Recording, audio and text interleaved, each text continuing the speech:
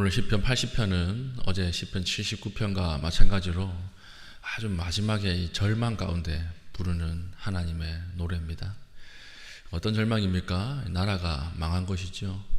나라가 망했음에도 불구하고 소망을 가지고 하나님 앞에 기도하고 이 시인은 노래하고 있는 것이 시편 80편의 내용입니다. 오늘 표제를 보니까 아삽의 시 이래놓고, 아삽이라는 사람이 지었나 봐요. 인도자를 따라 소산님의 돛에 맞춘 노래, 이렇게 되어 있죠. 소산이라고 하는 건 뭐냐면 백합합니다. 백합인데 성경에 이렇게 님자를 붙이면 복수예요. 그러니까 백합들을 보면서 부르는 노래, 이 뜻입니다. 왜 백합을 부르면서 부르느냐? 이스라엘은 결혼식에 화동 있죠. 화동, 꽃을 들고 이렇게 앞에 나가고 꽃을 뿌리는데, 어떤 꽃을 뿌리냐면 백합을 뿌린다 그래요. 백합을 뿌리는데 이 백합이 영원한 약속, 언약, 이것을 상징한다고 그럽니다. 그러니까 나라가 다 무너지고 나서 백합을 보는 거죠. 백합들을 막 바라보면서 하나님이 다시 이 나라를 회복시키실 것이다, 이것을 기대하면서 소망을 품고 부르는 노래가 바로 시편 80편이다 라고 하는 것입니다. 오늘 시인은 비유를 통해서 지금 닥친 상황들을 이야기합니다. 이게 8절부터 14절까지는 비유죠. 포도나무 비유입니다. 주께서 한 포도나무를 애굽에서 가져다가 민족들을 쫓아내시고 그것을 심으셨나이다. 그러니까 포도나무는 누구를 상징할까요?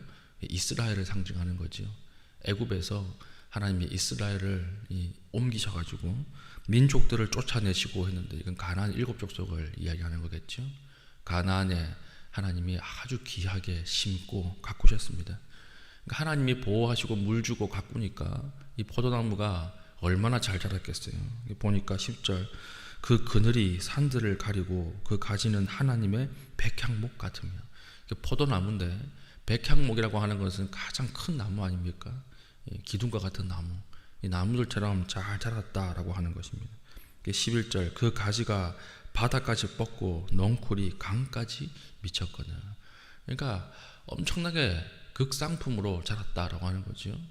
이 가지가 끝도 없이 펼쳐지는 그런 포도나무가 되었다라고 하는데, 근데 이제 이 포도나무가 어떻게 된 것입니까? 이제는 꺾임을 당한 거예요. 이방 민족들에게 꺾임을 당하고 배임을 당하고 수치를 당합니다. 그래서 12절, 13절 보니까 숲속의 멧돼지들이 상해하며 들짐승들이 먹나이다.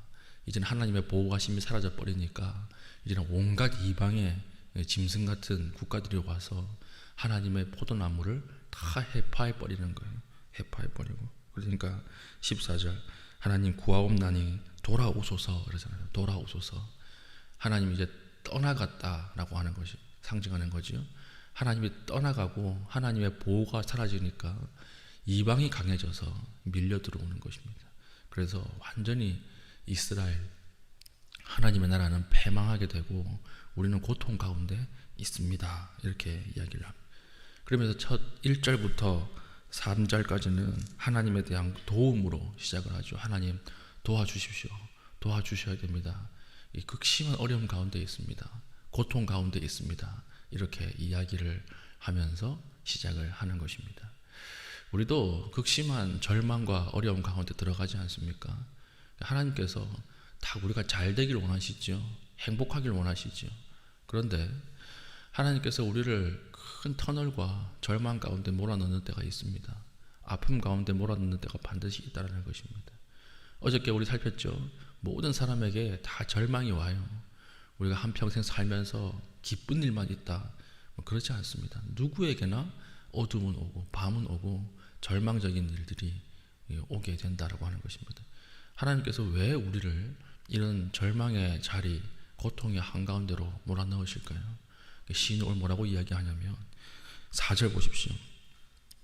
만군의 하나님 여호와여, 주의 백성의 기도에 대하여 어느 때까지 노하시리까 하면서 이 절망으로 넣어놓은 이유를 뭐라고 노래합니까? 5절, 주께서 그들에게 눈물의 양식을 먹이시며 많은 눈물을 마시게 하셨나이다. 하나님께서 우리를 고통 가운데 넣어주신 이유가 무엇이죠? 하나예요. 눈물의 회복이. 울 수 있게 만드는 것입니다. 고통 가운데 들어갈 때 우리에게 뭐가 회복됩니까? 눈물이 회복되는 거예요. 눈물이 회복되면 다 회복됩니다. 그러니까 성도의 가장 큰 능력은 무엇일까요? 울 수 있는 능력이에요. 성도 하나님의 사람과 하나님의 사람이 아닌 세상 사람들의 차이는 뭘까요? 울 수 있는 능력이라니까요. 우리가 예배 가운데 기도하는 중에 말씀을 보다가 울 수 있다 그러면 그 된 것입니다. 하나님께서 그 은혜를 베푸신 거예요. 근데 우리가 언제 메마르죠? 우리가 언제 하나님이 안 계신 것 같죠? 내 안에 있는 습기가 사라졌을 때, 그때 하나님이 안 계신 것 같고 신앙이 흔들리는 것입니다. 우리가 언제 하나님을 떠납니까? 울 수 없을 때 떠나는 거예요. 그러니까 하나님께서는 항상 우리에게 울 수 있도록 만들기 위해서 오늘 시인은 뭐라고 이야기합니까? 고난 가운데 넣어주신다라고 하는 것입니다. 고난이 올 때 성도의 눈물이 회복됩니다. 눈물이 회복될 때 거기서 회복이 일어나요. 진정한 회복이 일어난다라고 하는 것입니다. 그 식물학자가 그런 얘기를 하는 걸 들었습니다. 원래 선인장에 가시가 있지 않습니까? 가시가 원래는 잎이었대요. 잎인데 이게 이제 계속 말리면서 가시가 되었다라고 이야기를 하는 것입니다. 그럼 멀쩡한 잎이 왜 말렸을까요? 예전에는 물이 아주 풍부한 지역이었는데 습기가 사라지면서 이 증산작용에 의해서 이 수분을 뺏기지 않으려고 계속 자기 안으로 말려 들어갔다라고 하는 것입니다. 그래서 결국 그게 뭐가 된 거예요? 가시가 되었고 선인장이 되었다, 이렇게 이야기를 하더라고요. 가시를 만드는 이유가 무엇이죠? 습기가 사라지면 가시가 되는 거예요. 성도도 똑같습니다. 눈물이 사라지면 내 안에 가시가 되는 것입니다. 예전에는 이게 은혜의 제목이었고 간증거리였는데 눈물이 사라지고 습기가 사라지니까 가시가 돼버리는 거예요. 그래서 이 선인장을 연구하러 들어갔다가 어떤 이 식물학자가 사막에 갇혀가지고 차가 고장나서 죽었다, 이런 걸 본 적이 있는데, 사막이 왜 위험하죠? 자기만 죽이는 것이 아니라 안에 들어온 사람까지도 죽여요. 그러니까 성도가 사막화되고 교회가 사막화되면 자기 성도 한 명만 죽는 것이 아니라 그 안에 들어온 사람까지도 죽인다라고 하는 것입니다. 그러니까 우리 삶의 습기가 얼마나 중요합니까? 근데 이 습기가 언제 회복됩니까? 그러니까 고난 가운데 들어갈 때 습기가 회복되는 거예요. 울 수 있는 능력, 고난 가운데 있을 때 회복된다라고 하는 것입니다. 그러니까 우리가 아이를 양육할 때도 그렇고 또 우리 가정의 부부 사이의 관계도 마찬가지죠.